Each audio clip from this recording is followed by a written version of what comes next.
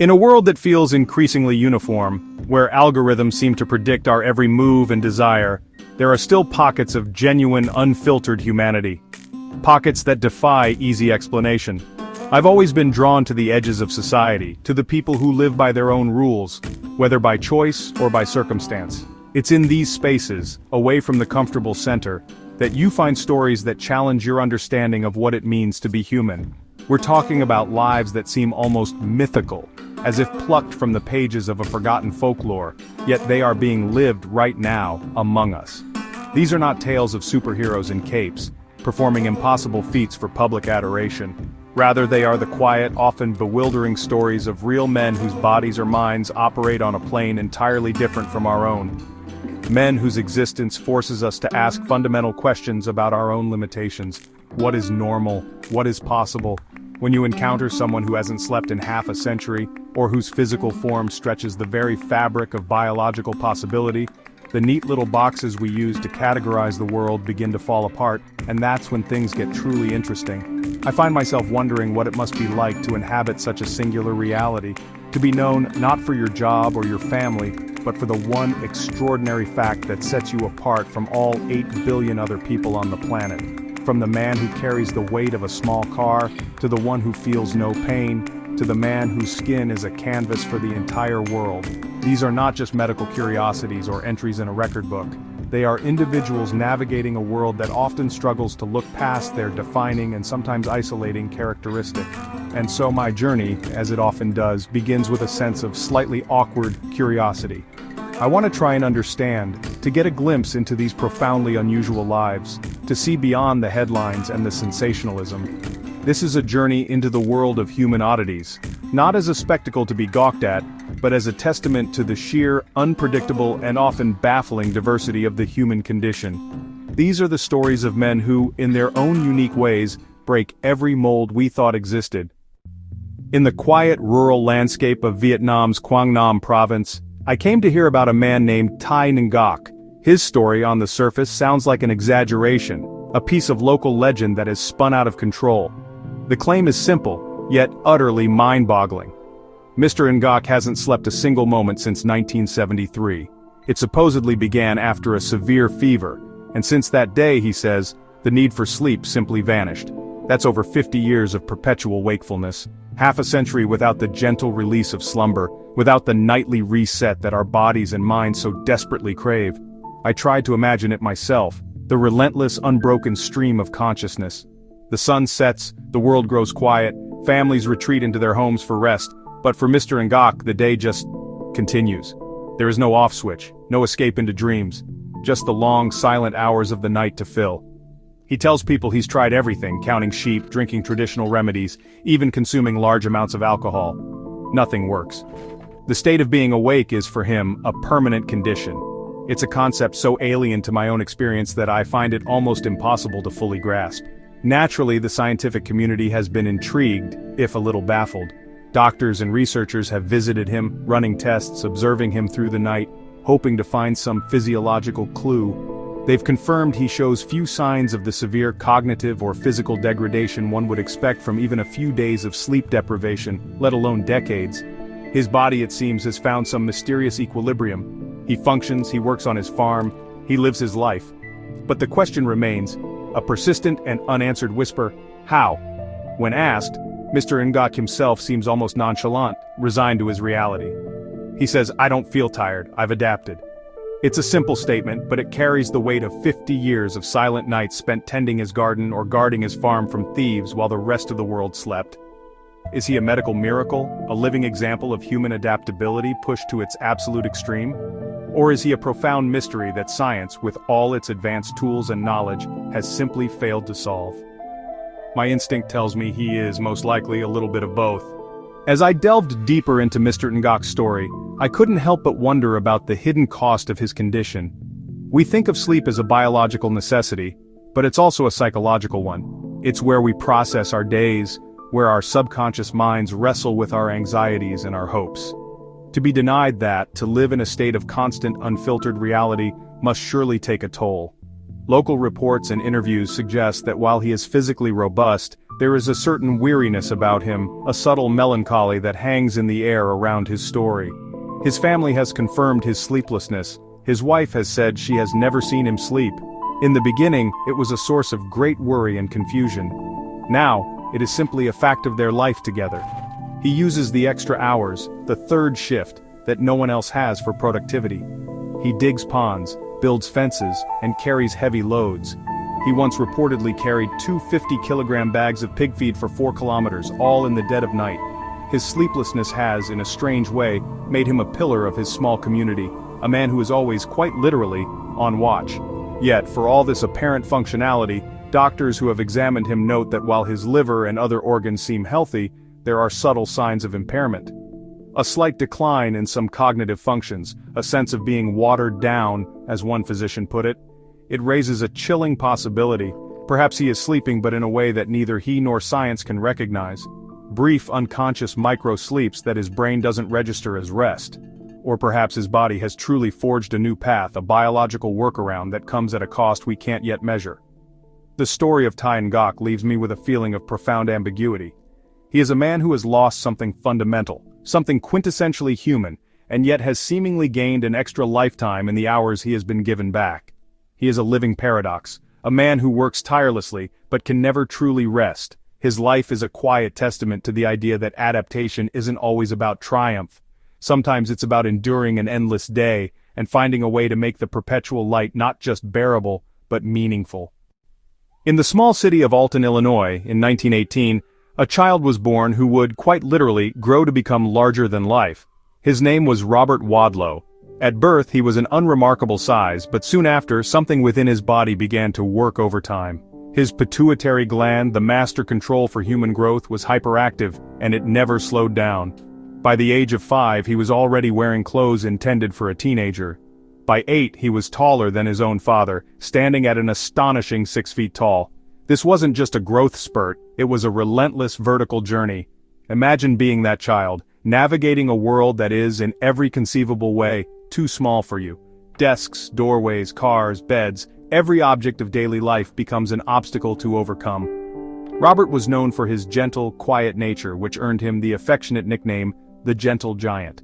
But even with a calm disposition, the sheer physicality of his existence must have been exhausting. His body was in a constant state of expansion, a biological project that refused to be finished, stretching the limits of the human frame with each passing year. His life became a series of customizations. His clothes had to be specially tailored, requiring vast amounts of fabric. His shoes, a staggering size 37AA, had to be made by a specialist company, which he later promoted as a spokesperson. Even simple acts like walking became a challenge. The immense strain on his bones and muscles meant he eventually required leg braces and a cane just to support his own towering frame. He was a spectacle wherever he went, a figure of awe and curiosity, yet all he really was a young man dealing with an extraordinary medical condition. Despite the fame that came with his height, those who knew him described a life lived with quiet dignity. He was a Boy Scout, a member of his local community, a son and a brother. He didn't seek the spotlight, but his condition thrust him into it.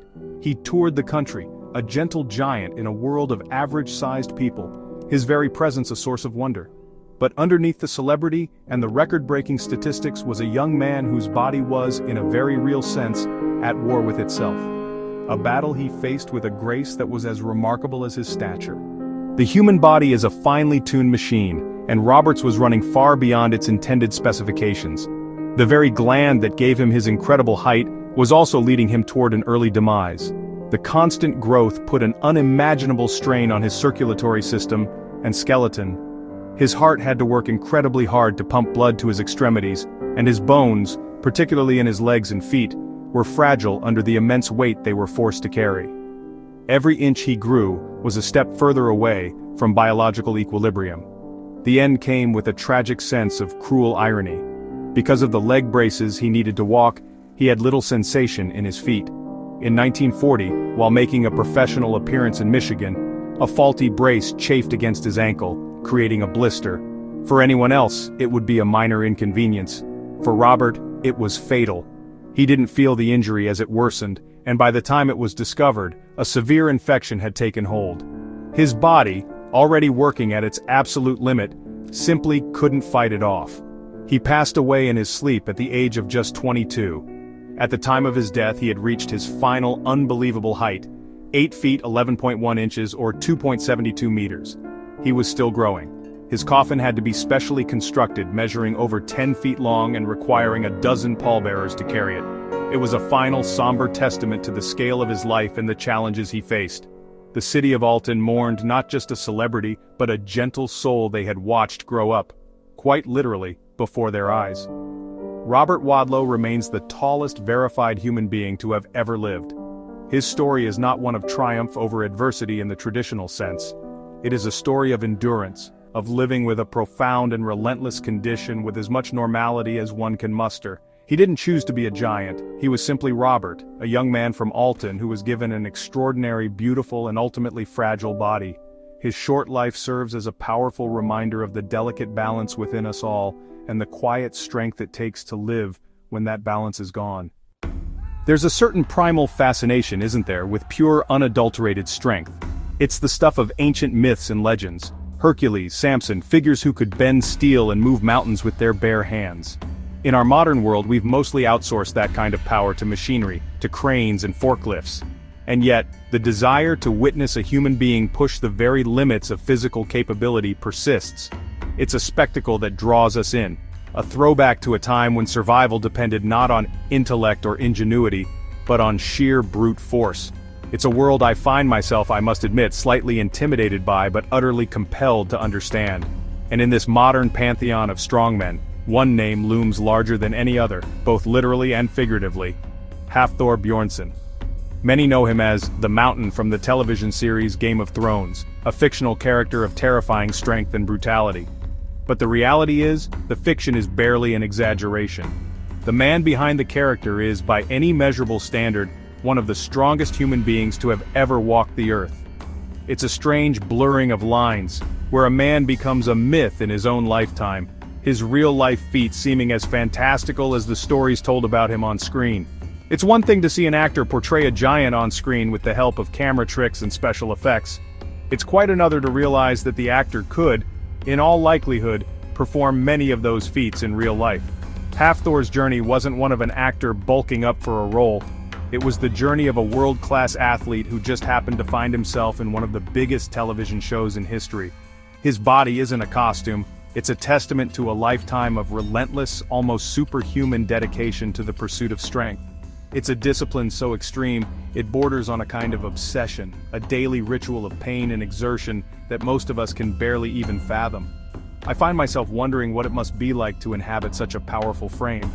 To walk through the world knowing that you are, physically, almost without peer. Does it change the way you see things?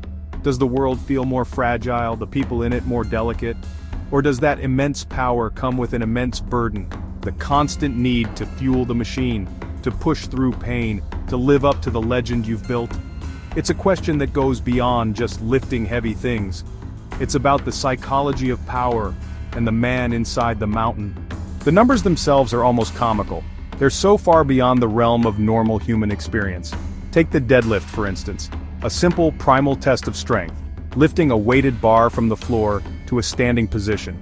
For many, lifting their own body weight is a significant achievement. Hafthor Bjornsson, in 2020, lifted 501 kilograms. That's over half a metric ton. That's the weight of a grand piano, or a fully grown polar bear. He didn't just lift it, he made it look, for a terrifying moment, almost manageable. It's a moment that cemented his name in the history books, the heaviest weight ever successfully lifted by a human being. But as he says himself, and this is what I find most interesting, real strength is about control, not just power. There's a quiet philosophy behind the explosive force. It's not just about the chaotic, grunting effort, it's about precision, technique, and a deep, almost meditative focus. To lift that kind of weight requires an alignment of mind and body that is nothing short of extraordinary. Every muscle must fire in perfect sequence, every sinew must be tense to its absolute limit. A moment's lapse in concentration, a slight shift in balance, and it doesn't just mean failure, it could mean catastrophic injury. This pursuit of strength is a relentless, all-consuming lifestyle.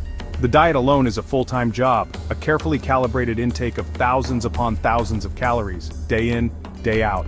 The training is a brutal negotiation with pain, pushing the body to the point of breaking and then allowing it just enough time to rebuild, stronger than before. It's a fortress, as he calls his body, but one that is under constant siege from the demands he places upon it. It's a strange kind of existence to be so powerful and yet so dependent on a fragile and precise biological process. And so, while we might marvel at the spectacle of a man lifting a weight that seems to defy the laws of physics, the real story for me is in the quiet moments. The discipline, the sacrifice, the internal monologue that must be happening when faced with a bar loaded with half a ton of iron. It's here that the myth of the mountain recedes, and we see the man, Hafthor Bjornsson, not just a vessel of incredible power, but a person of even more incredible will, a will that has allowed him to, quite literally, lift more than his own weight in the world. Pain. It's a universal human experience, perhaps the most fundamental one of all. It's our body's alarm system, a stark and unpleasant signal that something is wrong. A hot stove, a sharp object, a broken bone. Pain is the teacher that tells us, often in no uncertain terms, to stop what we're doing. We spend a good deal of our lives trying to avoid it, and a great deal of our medical science is dedicated to alleviating it. But what if that system was simply switched off? What would a life without pain actually be like? It sounds on the surface like a kind of superpower. But the reality, I was to discover, is far more complicated and far more dangerous. In Lebanon, I learned of a young man named Abbas, who lives with an incredibly rare genetic condition known as congenital insensitivity to pain. From the moment he was born, the fundamental wiring of his nervous system has been different from ours. The messages of injury, of damage, of trauma, simply do not get through to his brain. He can touch a burning surface, he can fracture a bone, he can suffer a deep cut, and his conscious mind will register nothing. No sting, no ache, no agony. He exists in a world without one of its most important feedback mechanisms. For most children, learning about the world is a process of trial and error, punctuated by small, painful lessons. A scraped knee teaches you to be more careful when running, a bumped head teaches you to look where you're going. For Abbas, these lessons were absent. As a child, he would chew on his own tongue or fingers without realizing the damage he was doing. He might break a bone in his foot and continue to walk on it for days, causing irreparable harm, simply because the warning signal that should have screamed at him to stop was silent. Pain, for all its unpleasantness, is a guardian. And Abbas has had to navigate his entire life without one. It's a profound and slightly unnerving concept to get one's head around. We define ourselves so much by our limits, by the boundaries that pain enforces upon us. Abbas lives in a body that offers no such boundaries. He has to learn intellectually what other people learn instinctively. He has to visually check his body for injuries, to be constantly vigilant for signs of damage that others would feel immediately. It's a life of constant, conscious self-monitoring, a mental burden that replaces the physical one of pain. The absence of suffering, it turns out, creates a unique kind of suffering all its own. Pain is a warning, Abbas says. I live without one. That sentence, so simple and so direct, gets to the heart of his extraordinary situation. Imagine driving a car without a fuel gauge or an oil light or a temperature warning. You would have no idea that something was going wrong until the moment the engine seized and the car ground to a catastrophic halt. That is Abbas's daily reality. An internal problem like appendicitis, which for most people would announce itself with excruciating, unignorable pain, could for him go unnoticed until it becomes life-threatening. The silence inside his body is a constant and invisible threat. It forces a strange kind of disconnect between mind and body. His physical self can be undergoing serious trauma, while his mind remains placidly unaware. This has meant a lifetime of visits to doctors and hospitals, of treating injuries that have become far more severe than they should have been. Burns are deeper, infections are more advanced, broken bones are more complicated to set because they weren't immobilized immediately. It's a paradox. To be immune to pain, he is in fact far more vulnerable to the dangers of the physical world than any of us. I find myself trying to imagine it, to stub a toe and feel nothing, to get a paper cut and only notice it when you see the blood.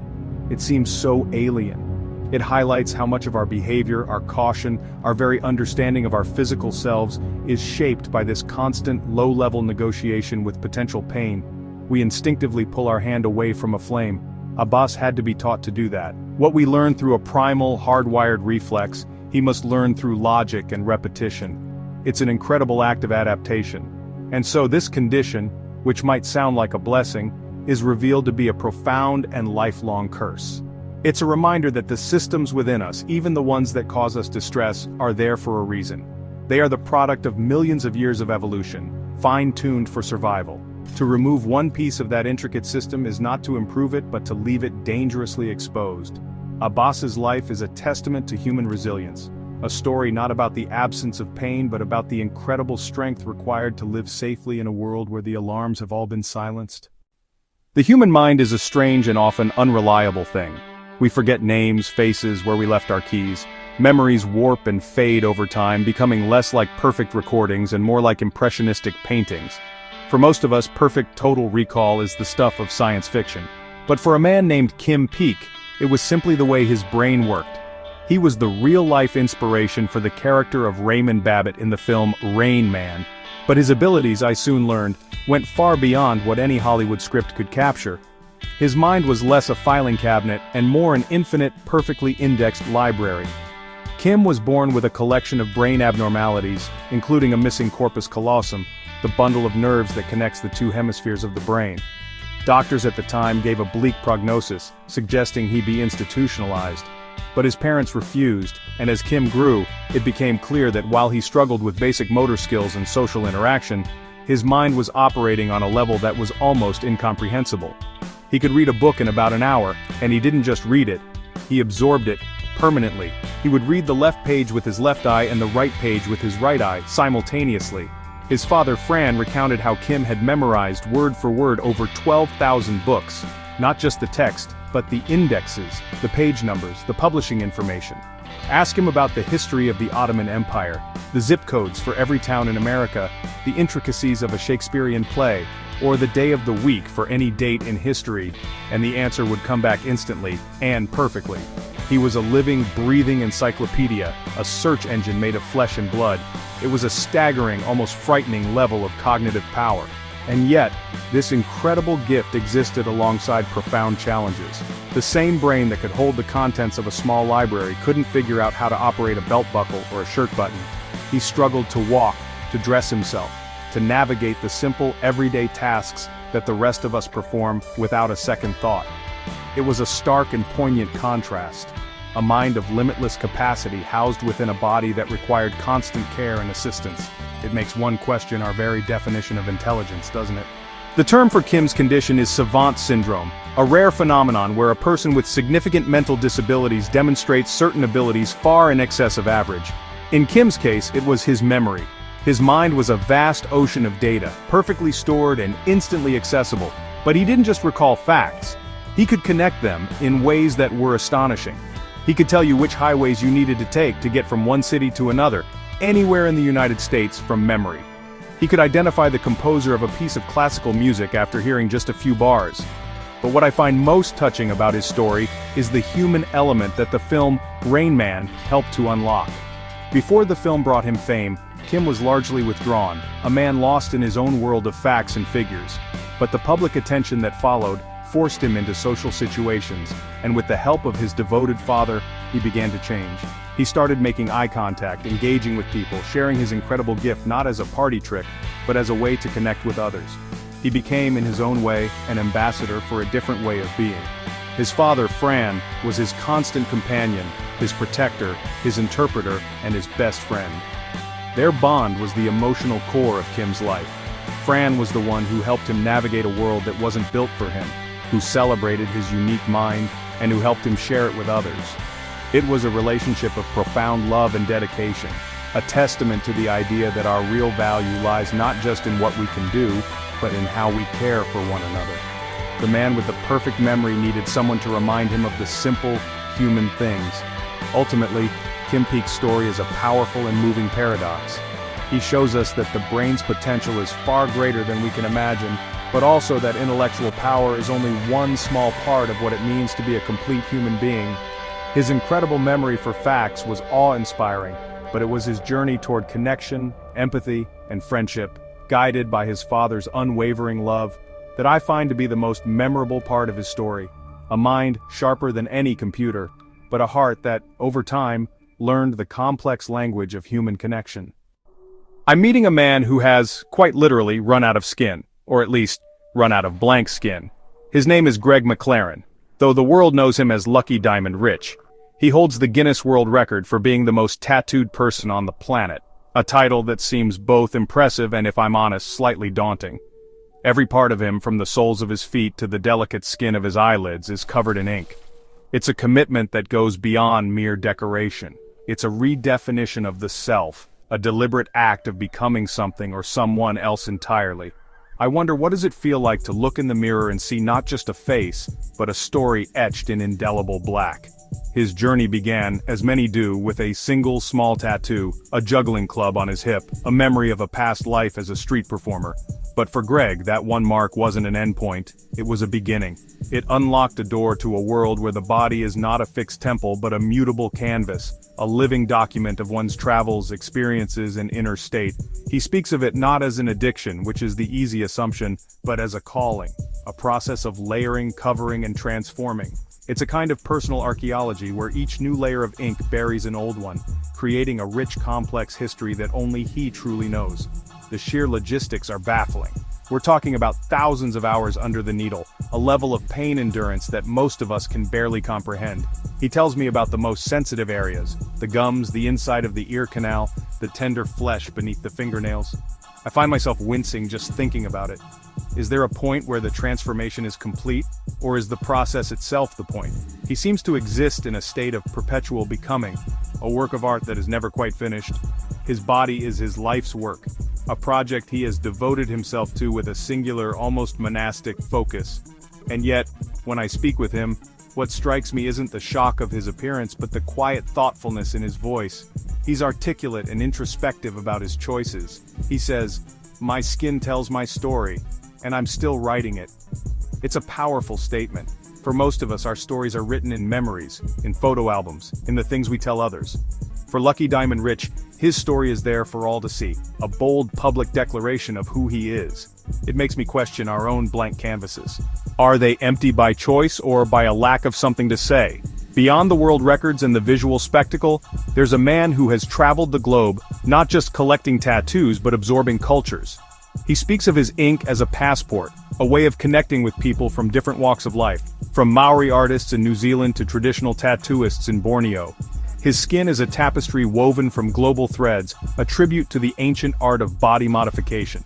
It's a rejection of the modern, sanitized view of the body, and an embrace of something far more primal and expressive. He has, in a way, made himself into a living museum of human tradition. I ask him about the practicalities of daily life. How do people react on the street? Does he ever wish for a moment of anonymity, a chance to just blend in? He smiles, a flash of white teeth against his tattooed gums. Anonymity, he explains, was never the goal. His appearance is a filter. It weeds out the judgmental and attracts the curious, the open-minded. It forces an immediate confrontation with prejudice. You either see the man or you see the tattoos. It's a test, and how you respond says more about you than it does about him. It's a fascinating, if rather extreme, way to navigate the social world. There's a philosophical depth to his decision that is easy to miss. By covering every inch of himself, he has, in a strange way, erased the superficial markers by which we are often judged. Skin color, blemishes, the signs of aging. He has replaced them with a new surface, one of his own making. It's an act of radical self-ownership. In a world that tells us how we should look, he has taken complete control of his own aesthetic. He is not defined by the body he was born with, but by the one he has painstakingly and painfully created for himself over decades. He mentions that he's not just the most tattooed man but also the most covered man, with layers upon layers of black ink. Underneath it all, the old tattoos still exist, ghosts of a former self. It's a powerful metaphor for personal growth. We don't erase our pasts, we simply build upon them, incorporating them into the person we are becoming. Lucky Diamond Rich has just chosen to make that process visible. He is a walking, breathing testament to the idea that identity isn't static. It's a constant process of writing and rewriting our own story. In a small village in Indonesia, I would have met a man whose reality challenges our deepest notions of the human form. His name was Dede Koswara. He suffered from a condition so rare, so visually arresting, that it seems to belong more to mythology than to medicine. Epidermodysplasia verruciformis, coupled with an HPV infection, caused his body to sprout growths that looked, for all the world, like the gnarled bark and roots of a tree. They covered his hands and feet, weighing pounds, rendering him unable to work or perform the simplest tasks. It's a condition that isolates, that invites stares and whispers. I try to imagine his daily existence, the simple act of holding a cup, of walking down a path, transformed into a monumental challenge. His hands, which should have been tools for interacting with the world, had become burdens, alien extensions of himself. Doctors from around the world came to study him, to try and understand the strange biological glitch that had turned his life upside down. They could offer surgeries, temporary relief by cutting back the growth, but they couldn't offer a cure. The tree would always, inevitably, grow back, a relentless living part of him. In our society, so much of our identity is tied to our appearance, to fitting within a narrow band of what is considered normal. Didi existed far outside that band.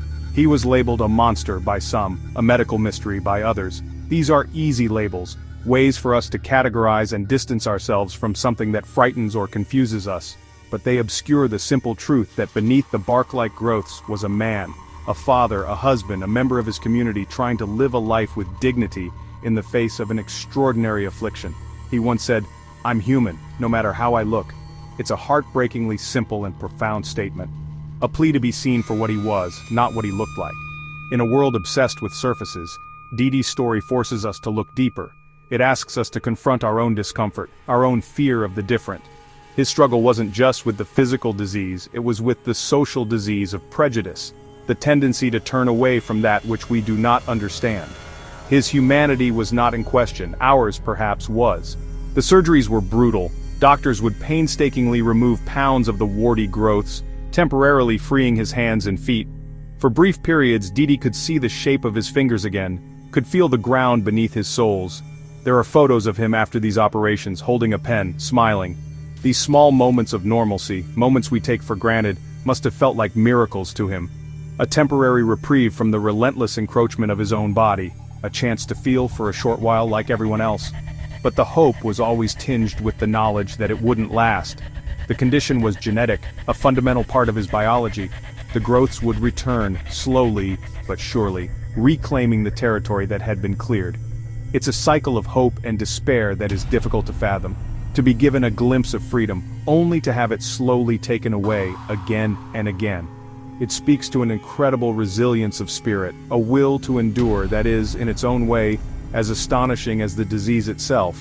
He continued to fight, to undergo the procedures, to hope. Despite the immense physical and social challenges, Didi found a life for himself. He had a family, children who saw him not as a tree man, but simply as their father. In his village, he was not just a curiosity, he was a neighbor.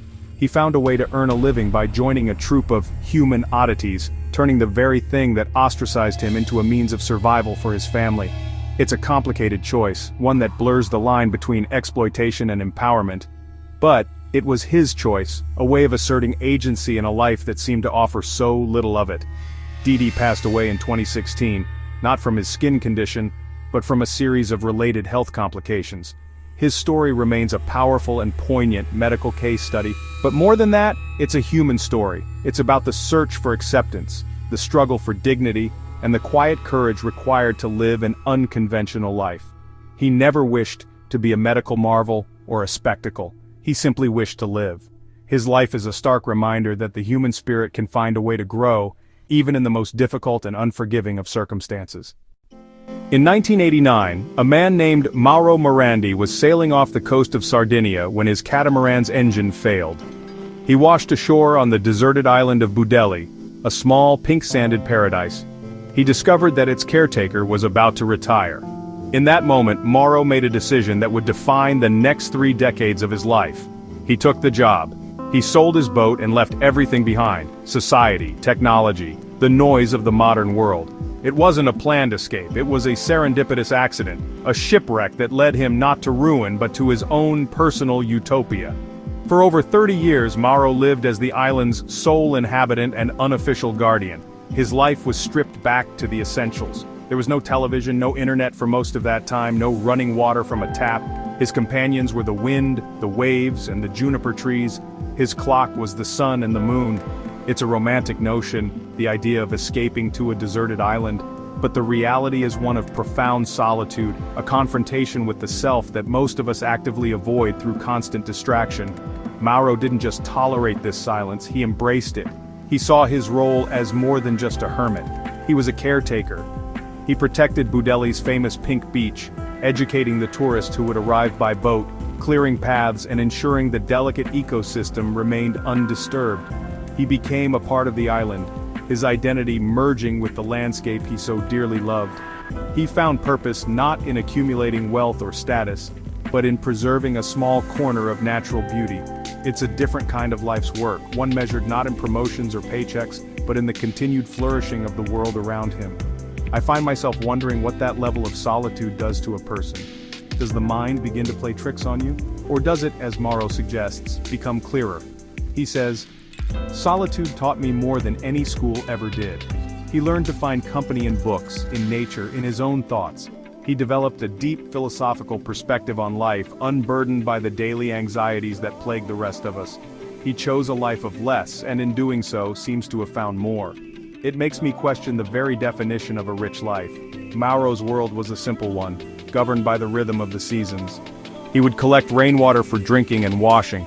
He would read voraciously, his only real connection to the outside world for many years being the books brought to him by visiting sailors.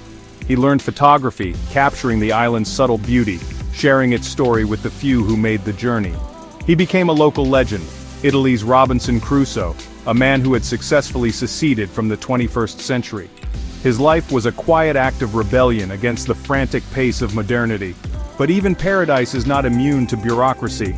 In 2016, the Italian government, which had taken over ownership of Budelli, decided that Mauro's presence was no longer official. They began a long, slow process of eviction. For years he fought to stay, supported by a public petition signed by thousands of people from around the world who saw him as the island's true soul. He had become synonymous with Budelli. To remove him felt to many like uprooting the oldest tree in a forest. It was a clash of two worlds, the world of rules and regulations versus the world of unwritten, heartfelt connection. The inevitable day finally came in 2021. At the age of 81, after 32 years of solitude, Mauro Morandi was forced to leave his island. He moved to a small apartment on a nearby, more populated island, a life with neighbors and Wi-Fi. The transition must have been jarring, a culture shock of the highest order. To go from the whisper of the wind to the chatter of a town, from the company of gulls to the company of people. He had given his life to Budelli, and in the end the world he had left behind came back to reclaim him. And yet, he doesn't seem bitter. He continues to share his photos and his thoughts online, using the very technology he once shunned to continue his work as a custodian of beauty. He may have lost his island, but he hasn't lost his purpose. His story is a bittersweet fable for our times. It's about the allure of escape, the beauty of a simple life, and the sad reality that even the most remote corners of our world are subject to the rules of men. Mauro found his paradise, and for a while he held on to it, and perhaps that in itself is a victory. It's a strange thing, isn't it, the human body? For most of us, it's a vehicle, a tool we use to navigate the world. We might wish it were a bit faster, or perhaps a different color, but fundamentally, it gets us from A to B. But what happens when that vehicle becomes a prison? When the very flesh and bone that is supposed to carry you through life instead becomes an anchor, pinning you to one spot, a spectator in your own existence. This was the reality for Juan Pedro Franco, a man whose story is not just about weight, but about the sheer crushing gravity of being alive when your body has decided to stop moving.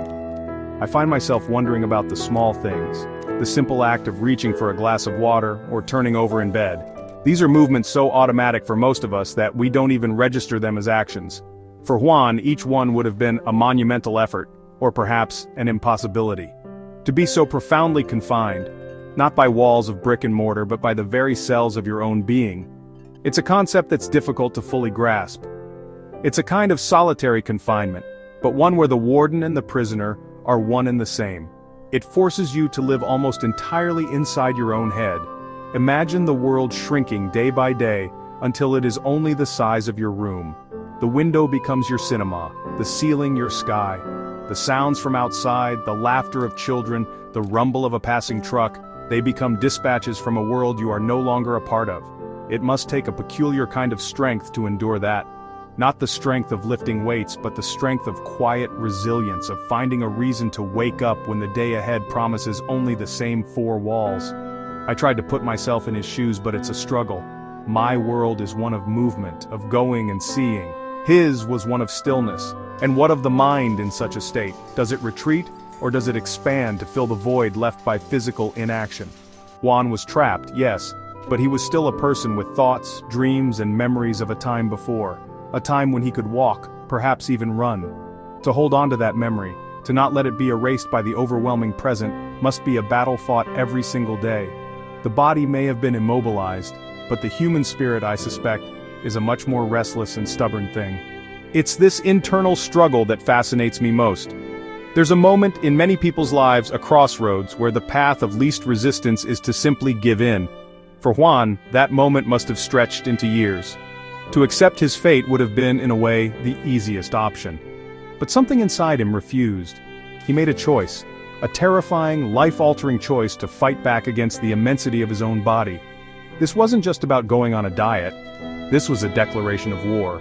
It involved a team of doctors, complex surgeries, and a level of discipline that is, frankly, staggering to consider. He said, "I don't want to be famous, I want to be free." It's a powerful statement. In a world obsessed with celebrity and recognition, his goal was something far more fundamental: freedom. The freedom to walk outside, to feel the sun on his face, to choose his own path. We often take this liberty for granted, the simple autonomy of moving through space. For Juan, it was the ultimate prize, a treasure worth enduring unimaginable pain and risk for. He wasn't seeking the applause of the crowd, he was seeking the quiet dignity of a normal life. The surgeries were, I imagine, only the beginning. The real battle would be the slow, grueling process of recovery, learning to use a body that had been dormant for so long, every step a victory, every pound lost, a shackle removed. But the scars, as he noted, remain. Not just the physical marks of the surgeon's knife, but the emotional and psychological imprints of those years of confinement. How does one re-enter a world that has moved on without you? How do you quiet the echoes of that silent room? It's a journey that extends far beyond the operating table. And so, Juan's story becomes one of profound transformation, not just of the body, but of the will. He forced the world to see past the shocking number on the scale and to see the man underneath. A man who, when faced with an insurmountable obstacle, decided to try and surmount it anyway. It's a testament to that stubborn, often illogical and deeply human spark that refuses to be extinguished, no matter how heavy the burden it is forced to carry. He wanted to be free, and in a way, through this immense struggle, I believe he found that freedom. After spending time considering these lives, these men who exist at the very edges of what we might call normal, I'm left with a sense of wonder, really. We've met a man who doesn't sleep, a giant who walked among us, and a hermit who chose silence over society. Each story, on the surface, seems to be about a single defining trait, a quirk, an oddity. But when you look closer, when you try to understand the person behind the headline, you realize it's never that simple. These aren't just curiosities, they are complex human beings navigating extraordinary circumstances. What I find myself thinking about is the very idea of a baseline for human experience. We have this unspoken agreement about what a life should look like. You sleep at night, you feel pain when you're injured, you live within a certain range of height and weight. But these men demonstrate just how fragile and arbitrary that agreement is. They show us that the spectrum of being human is far wider and more varied than we often care to admit. Their lives are not deviations from the norm. They are simply different points on that vast, sprawling spectrum. It's tempting, isn't it, to label them? The tree-faced man, the man with perfect memory. It's a way of putting them in a box, making their stories digestible and less unsettling. But in doing so, we risk missing the point entirely. Didi Koswara wasn't just his condition. He was a father. Kim Peek wasn't just a savant. He was a man who loved music and connection, even if he struggled to express it. These labels, while perhaps useful for a headline, obscure the rich, nuanced, and often difficult reality of their day-to-day lives. So, are they strange? I suppose by a certain definition, yes. Their experiences are statistically rare. But the word strange can also imply something alien, something other. And the more I learn about them, the less other they seem. I see in their stories the same things I see everywhere: the desire for connection, the struggle for acceptance, the search for meaning, and the quiet courage required to simply get through the day. Their circumstances may be unusual, but their humanity is undeniable, and in its own way, perfectly ordinary. There's a recurring theme that has emerged from these stories, a common thread weaving through tales of genetic anomalies and extreme life choices. It's the theme of adaptation. Tai Ngok, the man who doesn't sleep, says he's adapted. Mauro Morandi adapted to a life of profound solitude. Juan Pedro Franco is adapting to a life after unimaginable weight. This capacity to adjust, to mold oneself to the shape of one's life no matter how strange that shape may be, seems to be a fundamental human superpower. It's a quiet, unglamorous form of resilience. What society calls strange might just be another form of strength.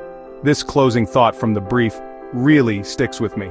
We tend to admire strength in its most obvious forms, the physical power of Hafthor Bjornsson, for example.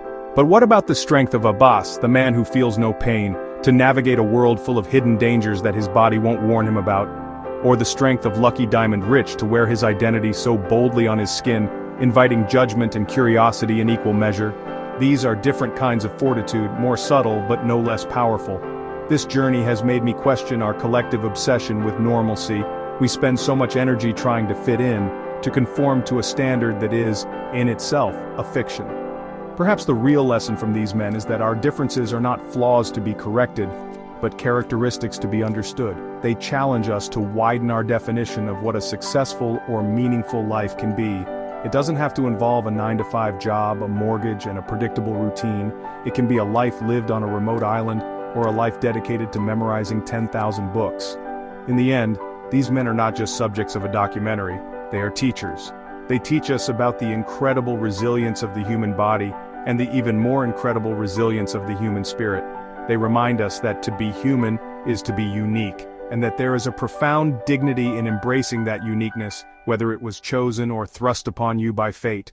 Their lives are a testament to the fact that there is no single correct way to exist. There is only the journey in all its weird, wonderful, and sometimes difficult glory. So, we come to the end of our weird weekend, so to speak, though it's stretched a bit longer than that. I've been thinking about what I'll take away from this. It's easy to watch something like this, feel a brief sense of fascination, and then click on the next video, the stories fading into the digital noise. But I hope that's not what happens, because these men, in their own quiet and sometimes loud ways, have offered us a glimpse into the outer limits of human potential and endurance. They've shown us what it means to live a life that defies easy categorization. I'm reminded of something Mauro Morandi, the hermit, said about solitude teaching him more than any school. I think in a way, observing these lives has been a kind of education for me too. It's a lesson in empathy, a reminder to look past the surface, to question my own assumptions about what is and isn't possible, or what is and isn't a life worth living. It's a challenge to see the person first, and the condition, or the choice, or the record-breaking achievement second. It's not always easy, but it feels important. The world is full of billions of people, each with their own unique story, their own private struggles and triumphs. The men we've met are just a handful of the most extreme examples, the outliers on the great bell curve of humanity. But their very existence proves that anything is possible, that the script for a human life is not yet finished, and that new, unexpected chapters are always being written somewhere, by someone who is pushing the boundaries of what it means to be one of us. And so, my final thought is one of gratitude. Gratitude to these individuals for sharing their stories, for letting us into their very unusual worlds. They didn't have to, but they did. And in doing so, they've made our own world feel a little bit bigger, a little bit stranger, and a whole lot more interesting. Thank you for joining me, Lorenz, on this exploration. I hope it's left you with as much to think about as it's left me. Keep asking questions, stay curious, and try to be kind. It's a weird world out there.